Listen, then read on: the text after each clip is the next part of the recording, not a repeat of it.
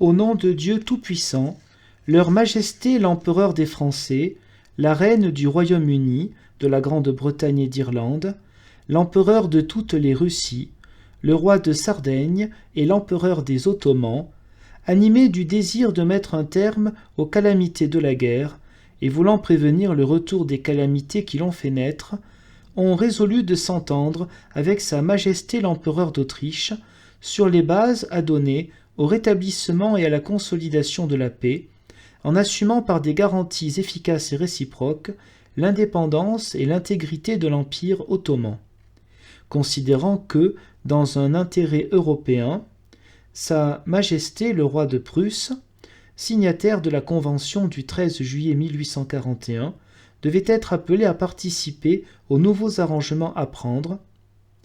Elles l'ont invité à envoyer des plénipotentiaires au Congrès. Les plénipotentiaires sont convenus des articles suivants. Article 1er. Il y aura, à dater du jour de l'échange des ratifications du présent traité, paix et amitié entre les dites majestés, ainsi qu'entre leurs héritiers et successeurs, leurs États et sujets respectifs à perpétuité. Article 7. Sa Majesté l'Empereur des Français, Sa Majesté la Reine du Royaume-Uni, de la Grande-Bretagne et d'Irlande, Sa Majesté le Roi de Prusse, Sa Majesté l'Empereur de toutes les Russies et Sa Majesté le Roi de Sardaigne déclarent la sublime porte admise à participer aux avantages du droit public et du concert européen. Leur Majesté s'engage, chacune de son côté, à respecter l'indépendance et l'intégrité territoriale de l'Empire ottoman, garantissent en commun la stricte observation de cet engagement et considéreront en conséquence tout acte de nature à y porter atteinte comme une question d'intérêt général. Article 9. Sa Majesté impériale le Sultan, dans sa constante sollicitude pour le bien-être de ses sujets, ayant octroyé un firman qui, en améliorant leur sort sans distinction de religion ni de race, consacre ses généreuses intentions envers les populations chrétiennes de son empire, et voulant donner un nouveau témoignage de ses sentiments à cet égard, a résolu de communiquer aux puissances contractantes le dit firman, spontanément émané de sa volonté souveraine. Les puissances contractantes constatent la haute valeur de cette communication. Article 10. La Convention du 13 juillet 1841, qui maintient l'antique règle de l'Empire ottoman relative à la clôture des détroits du Bosphore et des Dardanelles, a été révisée d'un commun accord et annexée au présent traité. Article 11. La mer Noire est neutralisée.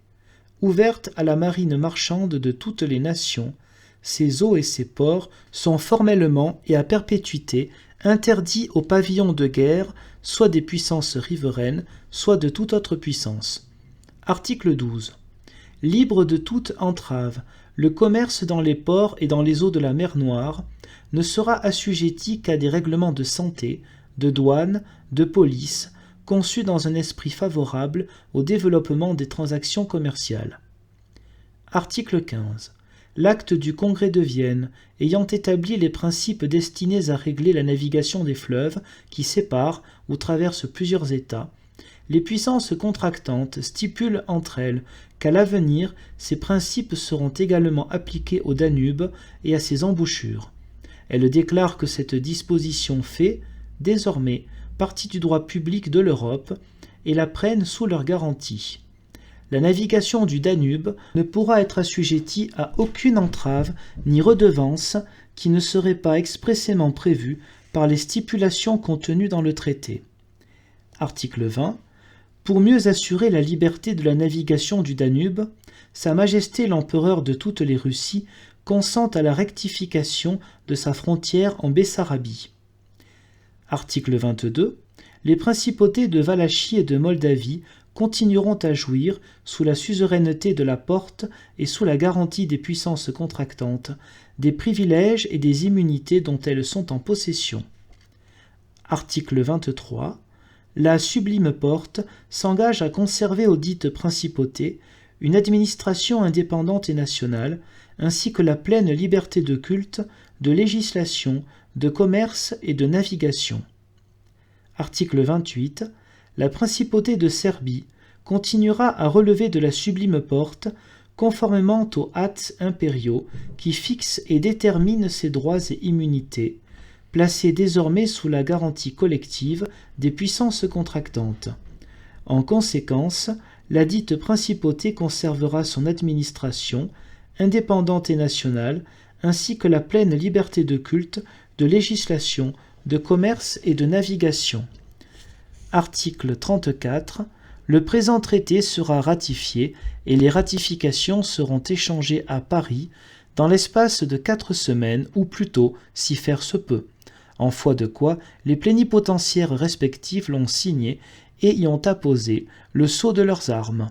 Fait à Paris le 30e jour du mois de mars 1856.